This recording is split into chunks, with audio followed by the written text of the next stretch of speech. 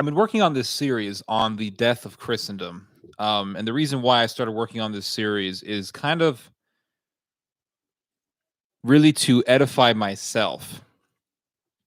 I think that when you are reading and writing in order to express certain ideas, you're actually edifying yourself. You're teaching yourself. You're also teaching others, but you're also teaching yourself, right? Hello, Spring Onion. Nice name, by the way. Hello, Franciscano de Assis. So, years and years ago, I was very idealistic, and I still am to a certain extent, but my idealism has been greatly tempered by reality. I was very idealistic, and I used to read a lot of the history of Christendom. I used to read a lot of medieval history and history from the Renaissance era.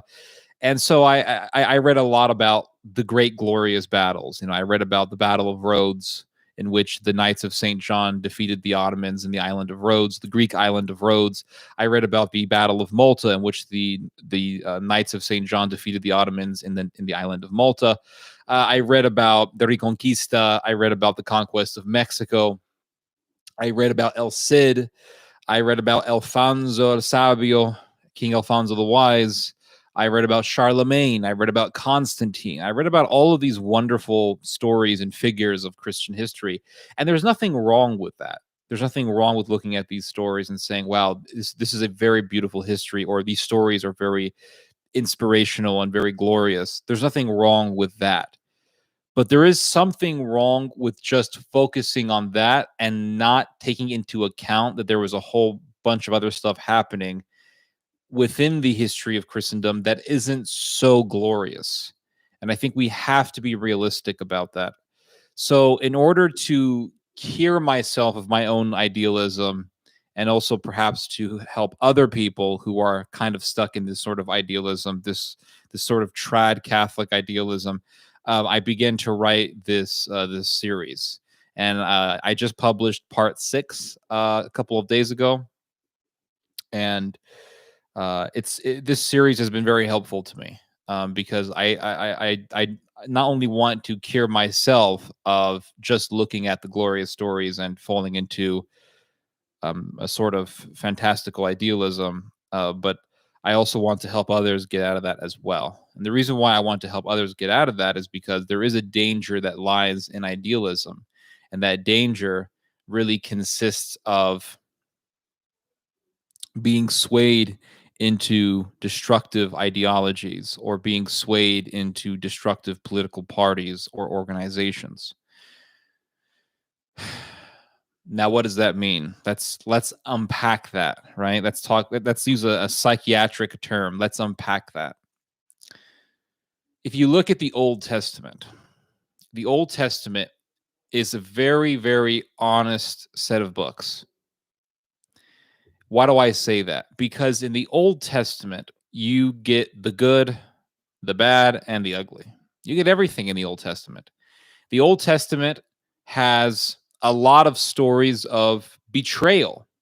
There are a lot of stories of backstabbing. There are stories of mass murder. There are stories of murder. There are stories even of animal cruelty in the Old Testament.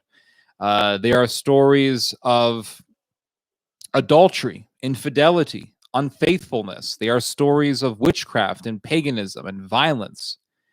And then, in all of the rambles of insanity that are taking place in the Old Testament, you have stories of glory.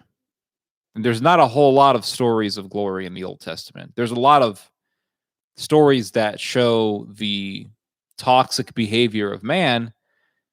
And I think that those stories outnumber the stories of glory in the Old Testament.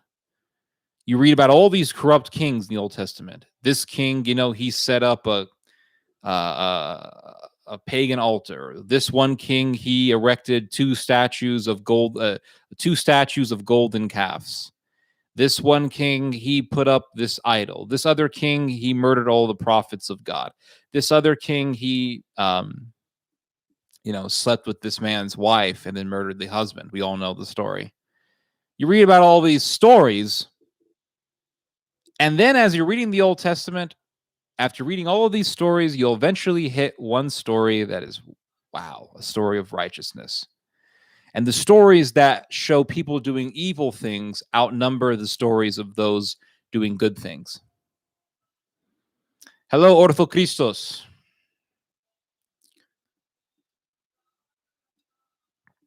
All is well, my friend. How is life in Greece? So there are more stories of people doing bad than people doing good in the Old Testament. And people could read that and think, oh man, all these stories, it's so depressing. But at the same time, we should appreciate this fact. We should appreciate the fact that the Old Testament has so many stories of people doing bad things. Why? Because the Old Testament is honest. The Bible is honest. All of the volumes in the Old Testament, be it Chronicles, First, Second Chronicles, First and Second Kings, First and Second Samuel. Look at all these books showing the history of ancient Israel. It's honesty. That's what it is. It's honesty. It's showing you the honest reality of life. Because the Bible does not want us to fall into idealism.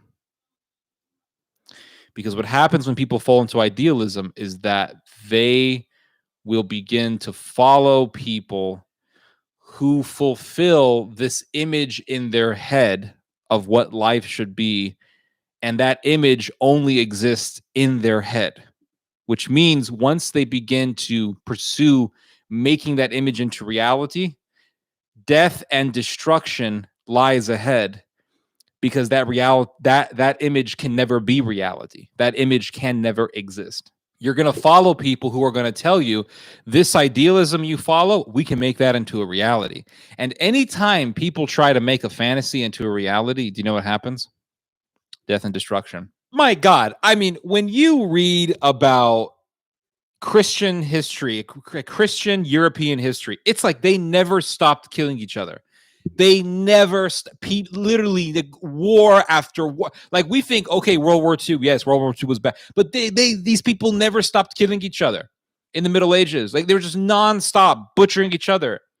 Oh, this count took 1/3 of an acre of this war. Yeah, 300 square feet of this land. This one count, he claimed control over 300 square feet of this.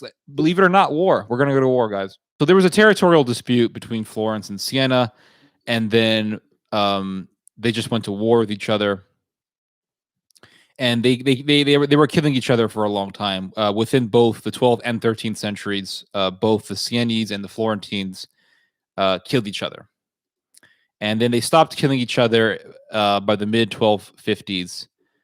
But that peace didn't really last that long, as by the mid 1250, by the year 1258, the Florentines got mad at the Sienese. Florence got mad at Siena because Siena was supposedly harboring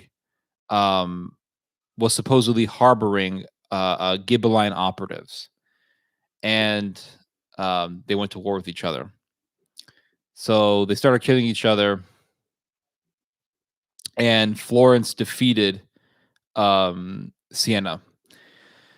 And then they had a second battle, and it's this is super fascinating to me. They had a second battle, and you know who backed Siena? Who backed the Ghibellines? Who backed the people who were against the church having political authority?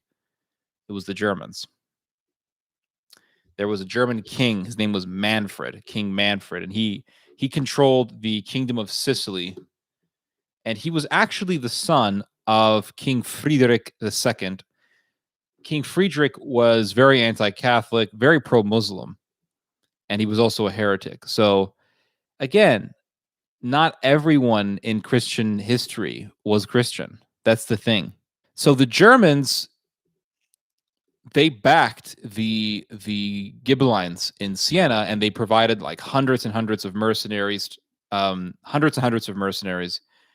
for the Sienese, and the Sienese defeated the Florentines. And not only did they defeat the Florentines,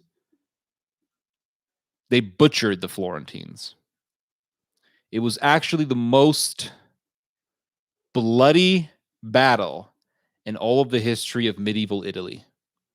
Over 10,000 Florentines were butchered in this one battle. Imagine that. Just try to fathom this in your head. 10,000 dead people. There was a video I remember that came out. It went viral. It was a video showing ISIS killing around 1,000 soldiers, Syrian soldiers, execution style.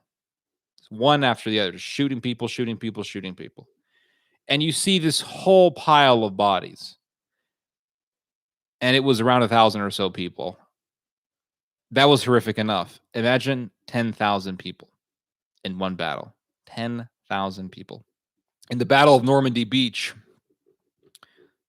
3,000 Americans were butchered. 3,000 Americans and Allied troops were butchered. That was horrific enough. Imagine 10,000 people.